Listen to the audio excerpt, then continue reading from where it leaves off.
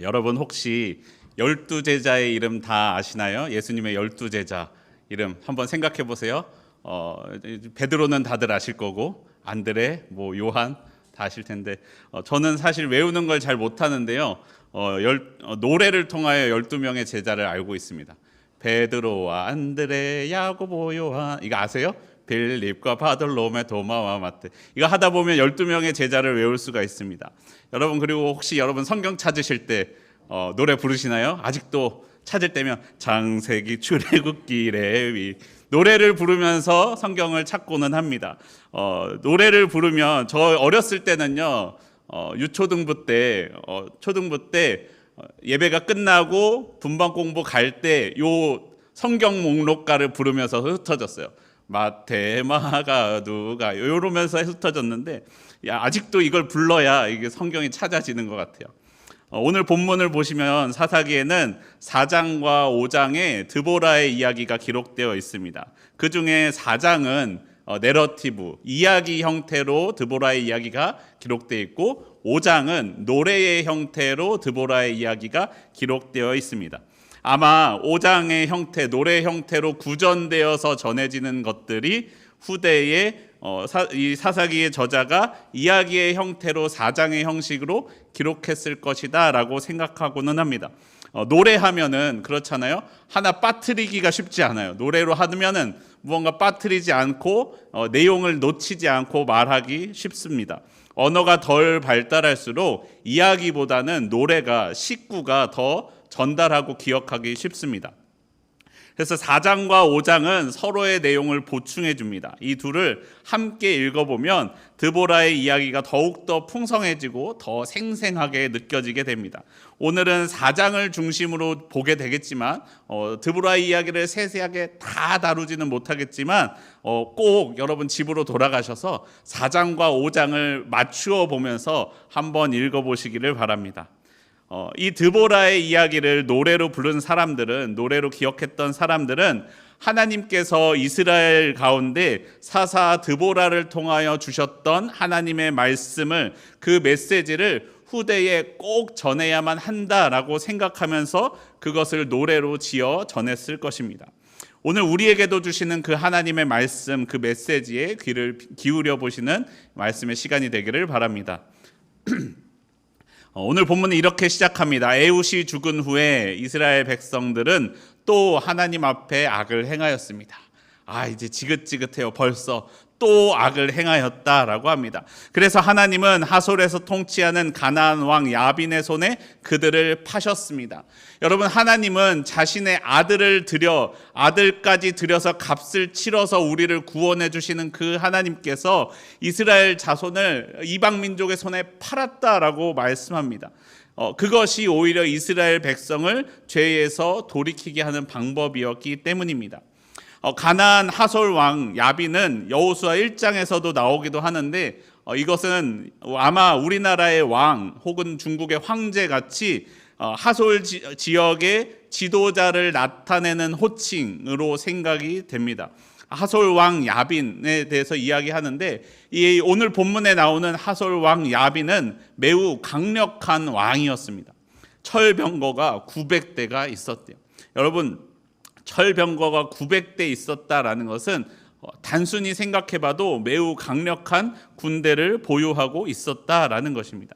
그런 그가 이스라엘 백성을 학대하였습니다. 몇 년 동안요? 20년 동안. 20년 동안 학대하였기 때문에 이스라엘 백성은 하나님께 부르짖었습니다. 하나님은 또 부르짖으니까 이스라엘 백성을 구원해 주심, 하나님의 역사하심이 오늘 본문 가운데 또 시작됩니다. 사사기 4장 4절 말씀 우리 함께 다시 보겠습니다. 4절 말씀 함께 한 목소리로 읽겠습니다. 시작. 그때에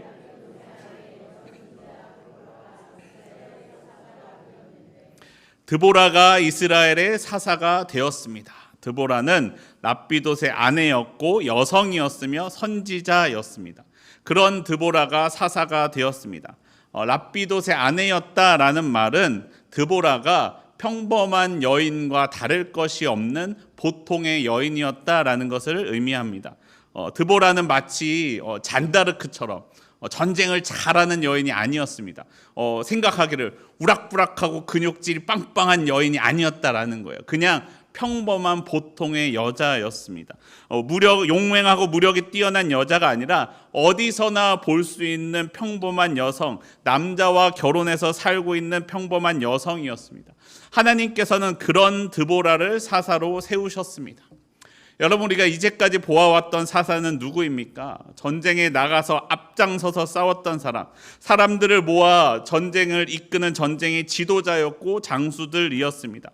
지금 본문에서도 마치 그런 사람이 필요한 것만 같은 시대와 상황이었습니다. 철병거 900대와 맞서 싸우기 위해서는 더 강하고 힘센 무력을 가진 사람을 사사로 세우셔야만 이스라엘 백성을 구원할 수 있을 것만 같은 상황입니다.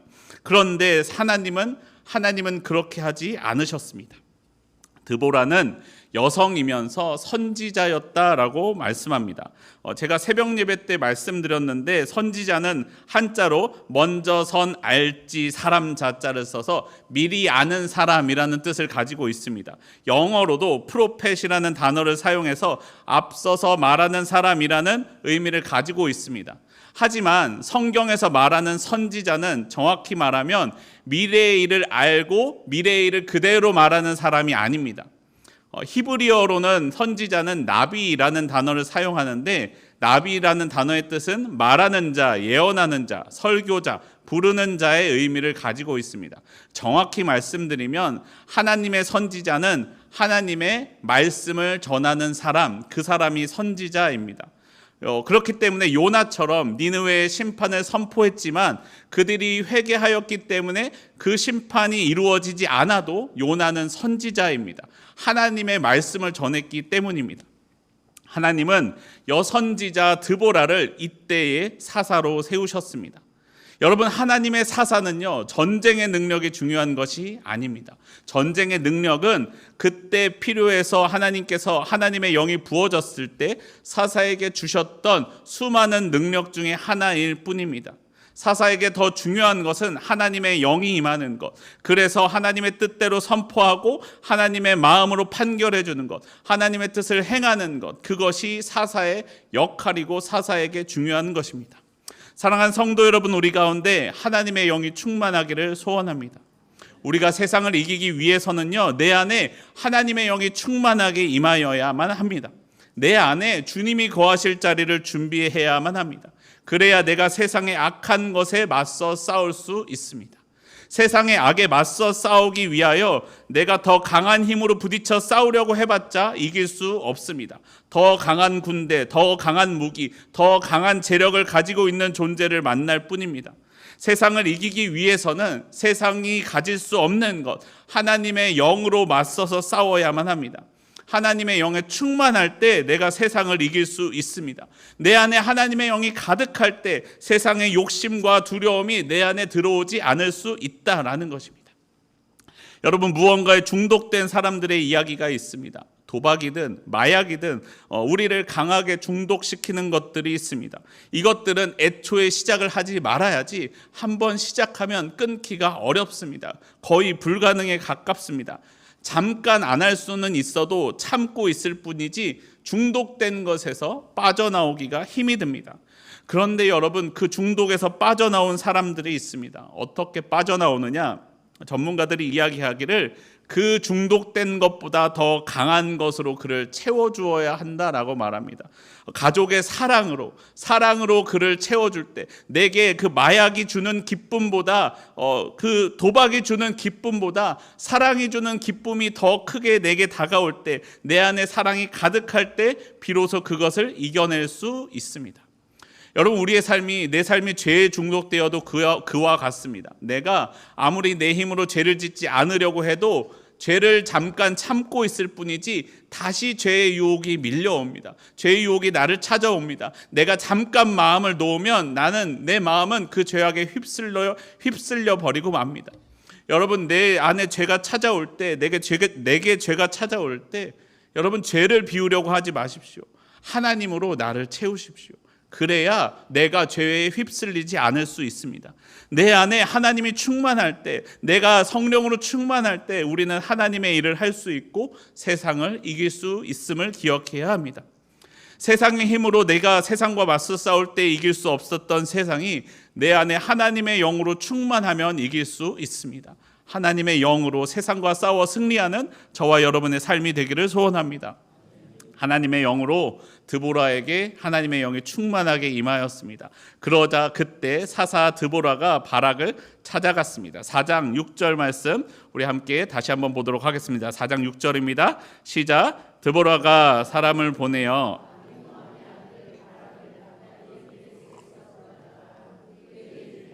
이스라엘의 하나님 여호와께서 이같이 명령하지 아니하셨느냐? 너는 납달리 자손과 스불론 자손 10,000명을 거느리고 다볼산으로 가라.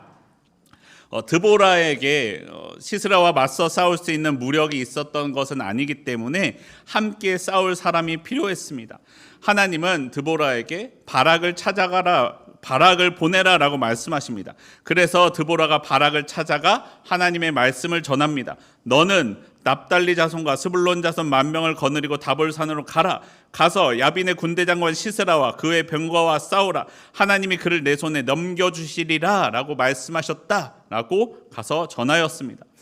그러니까 바락이 이렇게 대답합니다. 4장 8절입니다. 바락이 그에게 이르되 만일 당신이 나와 함께 가면 내가 가려니와 만일 당신이 나와 함께 가지 아니하면 나도 가지 아니하겠노라 하니.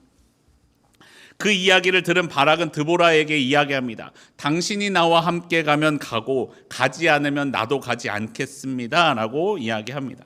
이 본문만 보면요, 바락은요 참 겁쟁이 같아요. 여인인 드보라는 싸우는 일에 주도적으로 주저하지 않고 나아가고 있는데 바락은 드보라가 가지 않으면 가지 않겠습니다 라고 말하고 있으니 말입니다.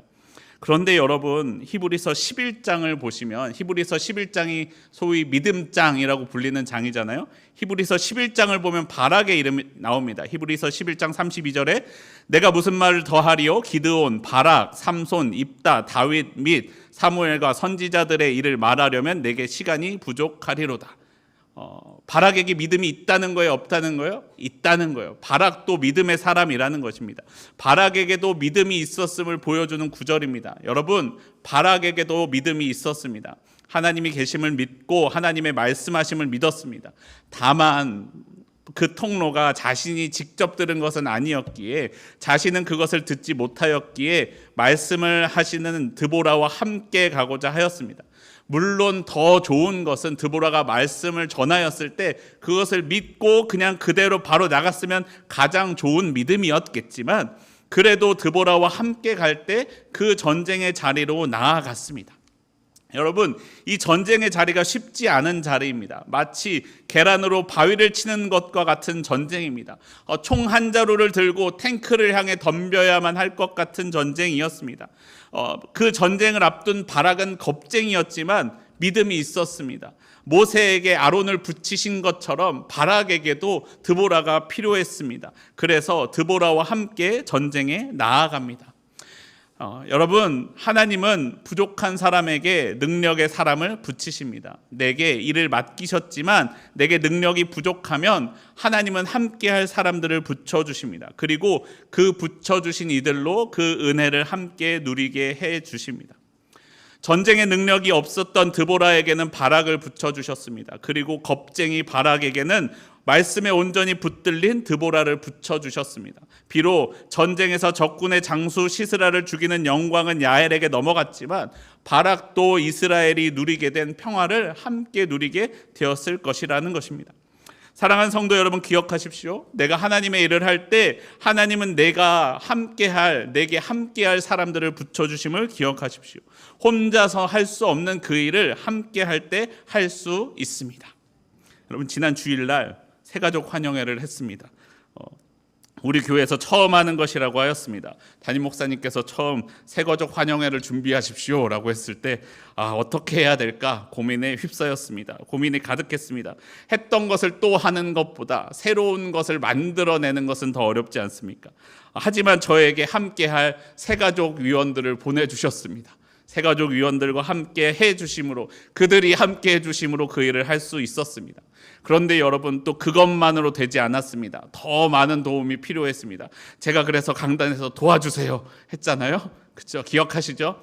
당일날에만 함께 해주시며 도와주신 분들도 계셨습니다. 또 책상을 옮기는 일에만 함께 해주셨던 분들도 계셨습니다. 와서 함께 찬양해 주셨던 한빛 앙상블도 있었습니다. 방송실에서 사진 찍는 것으로 섬겨준 목회자들도 있었습니다. 여러분, 그런 많은 분들의 크고 작은 도움으로 새가족 환영회를 할 수 있었습니다. 여러분, 하나님의 사역은 이런 것입니다. 한 사람의 온전한 사람이 모든 것을 감당하는 것이 아니라 연약한 하나하나가 모여서 온전한 하나님의 뜻을 이루어가는 것이 하나님의 나라입니다. 여러분, 앞으로도 우리 교회는요, 더 많은 일들을 해 나가야만 합니다. 어떤 것들은 우리가 해봤던 것도 있고 어떤 것들은 아직 해보지 않은 것들도 있습니다. 지금까지 해왔던 것을 더 발전시켜야 하는 것도 있고 전혀 해보지 않은 새로운 일을 해야 할 때도 있습니다. 때로는 그 일을 어떻게 우리가 합니까? 라고 말할 것들도 있을지도 모릅니다. 여러분, 그럴 때 함께 해주시기 바랍니다. 아멘. 아멘 해주신 분들은 꼭 함께 해주실 줄 믿습니다. 네, 제가 다 기억하고 있을 거예요.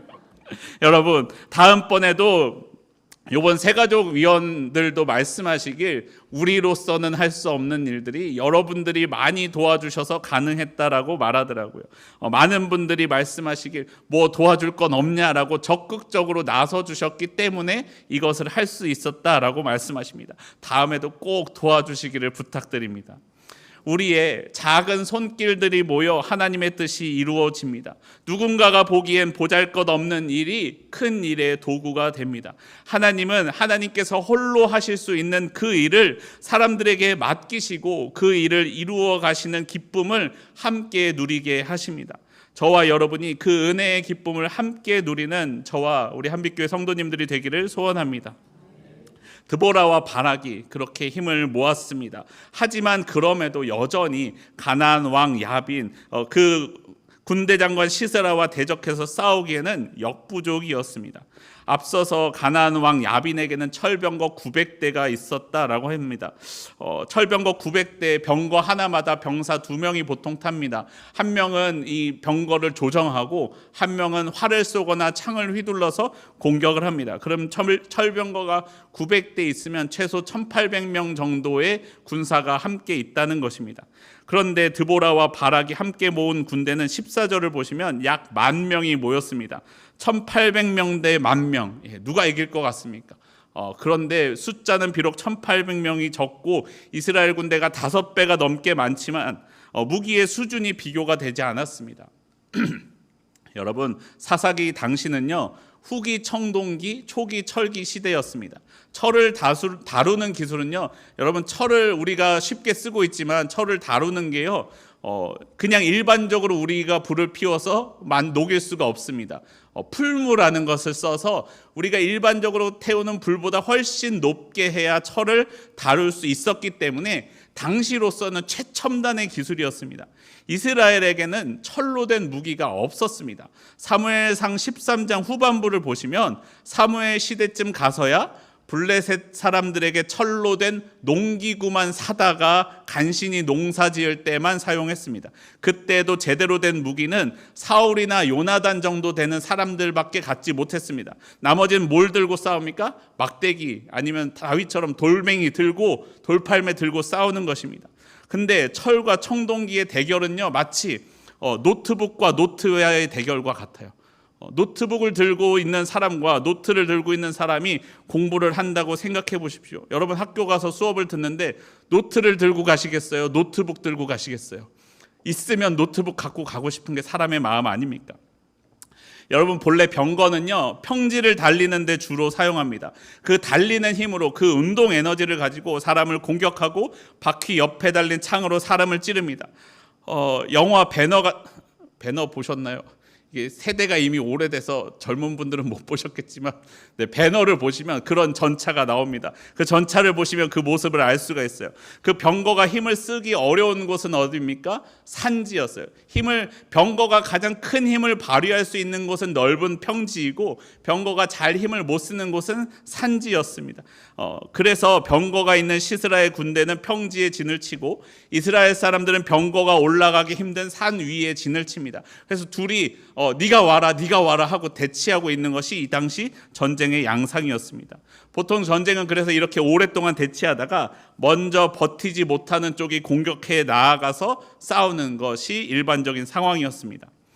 그래서 이스라엘 군대는 다볼 산에 진을 쳤고 시스라는 기손강에 진을 쳤습니다. 어떻게 강에 진을 쳤느냐? 기손강은 비가 오면 물이 흐르고 비가 오지 않으면 말라서 땅과 같이 되어 있는 곳이었습니다. 그렇기 때문에 그곳에 진을 치고 있는 것입니다. 그런데 14절을 보시면 드보라가 명령하기를 바락에게 10,000명을 거느리고 다볼산에서 내려가라 라고 말하는 거예요.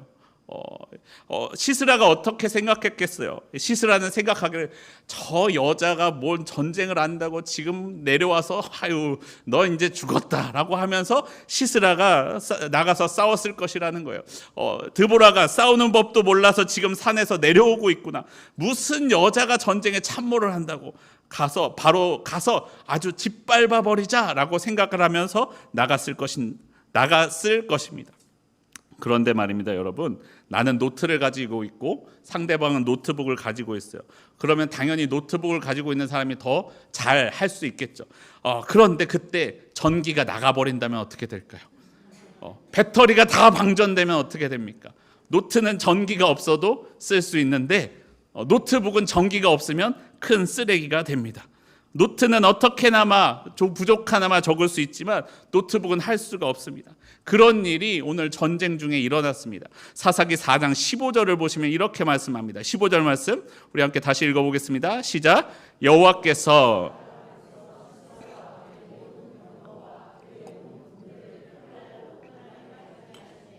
시스라가 병거에서 내려 걸어서 도망하니라.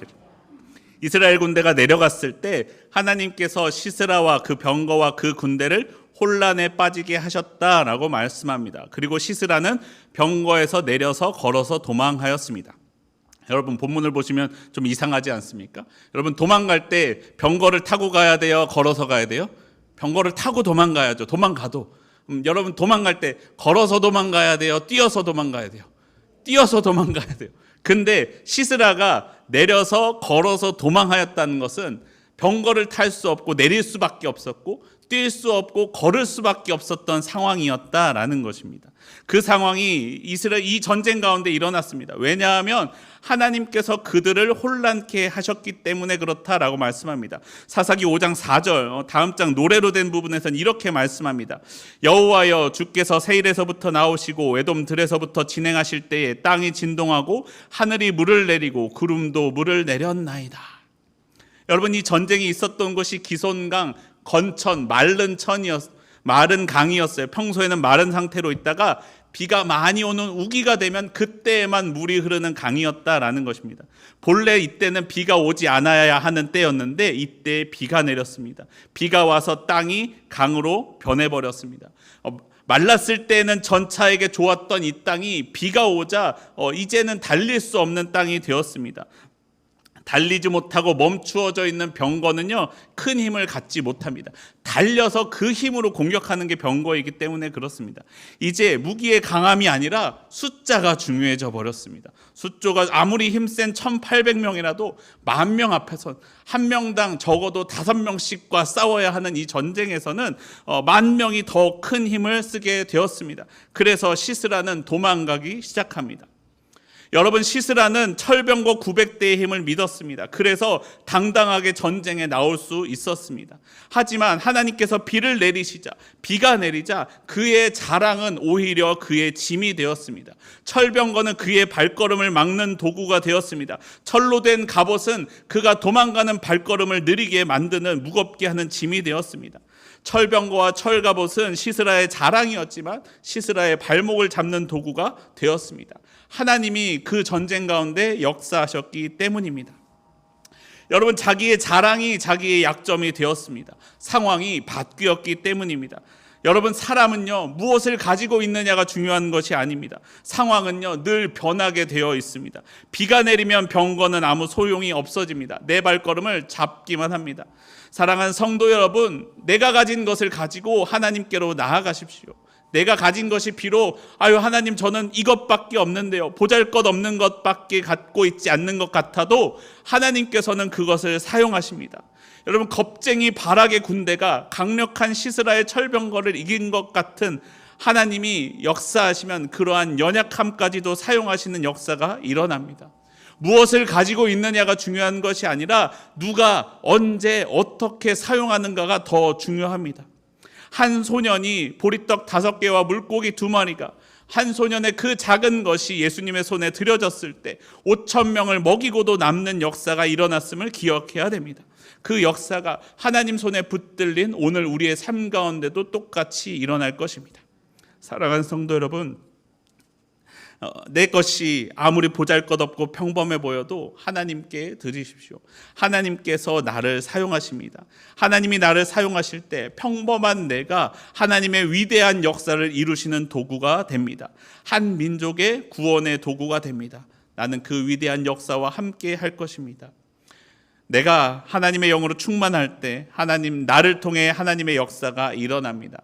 나 하나는 비록 작고 연약하지만 하나님이 함께하사 하나님의 큰 일을 이루어 가십니다. 내가 가진 것은 작고 보잘것없지만 하나님의 손에 붙들려 위대한 역사의 도구가 됩니다. 오늘 내 삶을 주님께 드려 주님과 함께, 주님이 보내주신 사람들과 함께 이 세상에서 승리하며 나아가는 저와 여러분의 삶이 되기를 소원합니다.